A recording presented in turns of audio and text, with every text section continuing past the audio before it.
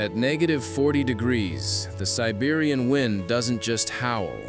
It screams like a primordial living thing through the skeletal, ice-choked branches of the ancient taiga forest. In this unforgiving world of endless white and bone-chilling silence, life is nothing more than a fragile flame, easily snuffed out by a single merciless breath of the winter storm.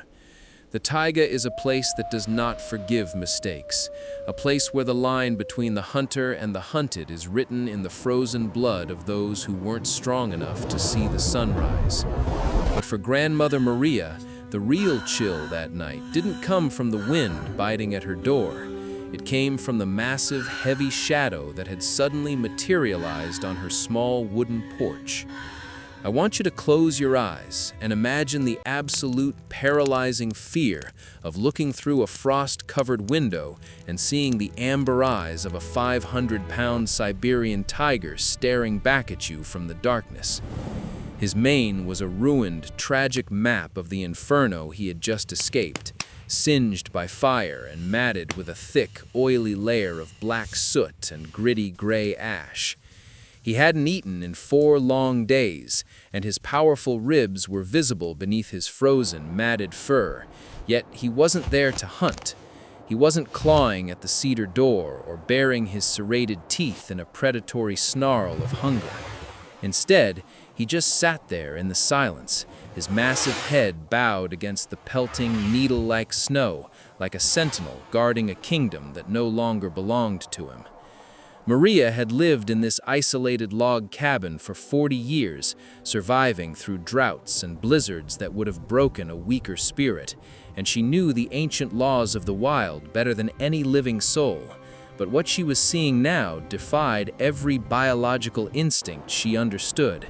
She saw a killer who had chosen to be a supplicant.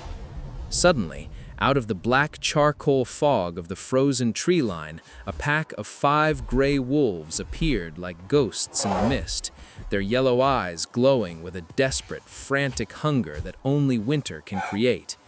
They saw the cabin as a cornered trap, and they saw the elderly Maria as an easy target to sustain them through the week. But as they stepped into the clearing, the tiger rose with a slow, deliberate power. He stood between the wolves and the old wooden door, his shadow stretching across the porch as he let out a silent, deep-chested growl that made the very boards of the cabin vibrate against Maria's feet. It was a vibration that didn't just reach the ears, it reached the bone. For a long, heart-pounding minute, the wolves stared at the tiger, calculating the risk of attacking the king of the forest, and the tiger stared back, his amber eyes reflecting the soft orange firelight from the window like 2 burning embers. And then, realizing the debt he was paying, the wolves vanished back into the dark as quickly as they had arrived. Maria leaned her forehead against the door, her hands shaking uncontrollably as she remembered a humid summer morning 10 long years ago.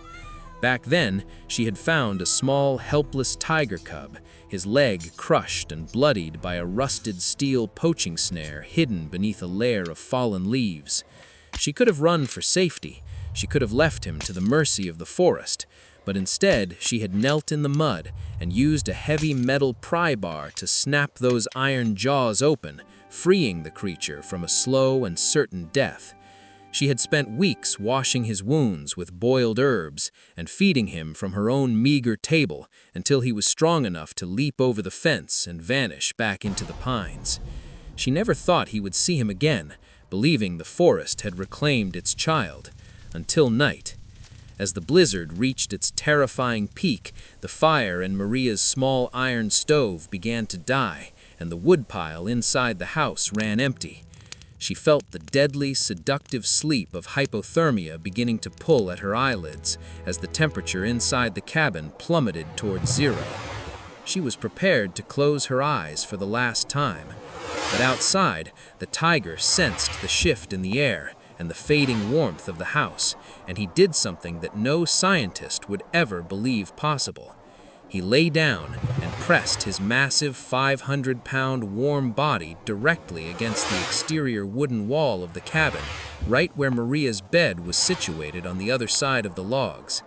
He became a living furnace, a shield of heat and fur that acted as a biological barrier against the killing Siberian wind.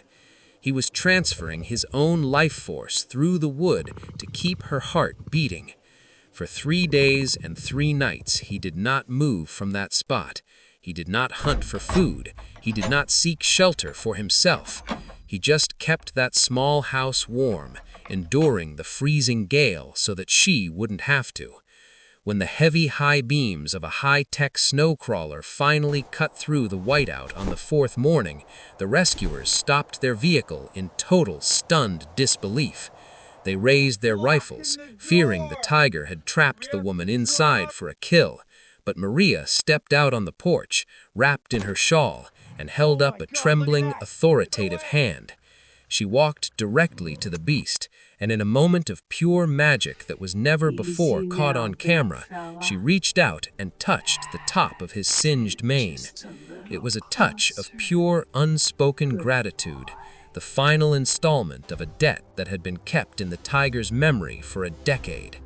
The predator leaned into her touch and let out a low purr that sounded like a distant thunderstorm. As the golden sun began to rise over the Siberian mountains, turning the snow into a field of diamonds, the sentinel of the snow finally stood up. He turned his massive head one last time to look at the woman who had once shown him a mercy that the rest of the world had denied him. And then he let out a roar so powerful, so resonant, that it shook the heavy snow from the very roof of the cabin. He turned and trotted away with a limp that only she could recognize, leaving massive, deep paw prints in the virgin snow as he disappeared into the ancient, silent pines. If you believe that a kind heart is never forgotten by the wild, and that trust can exist even between the fiercest of enemies, then hit that like button and subscribe to help us protect more stories like this one. Go home, hero. The taiga has been waiting for its king to return.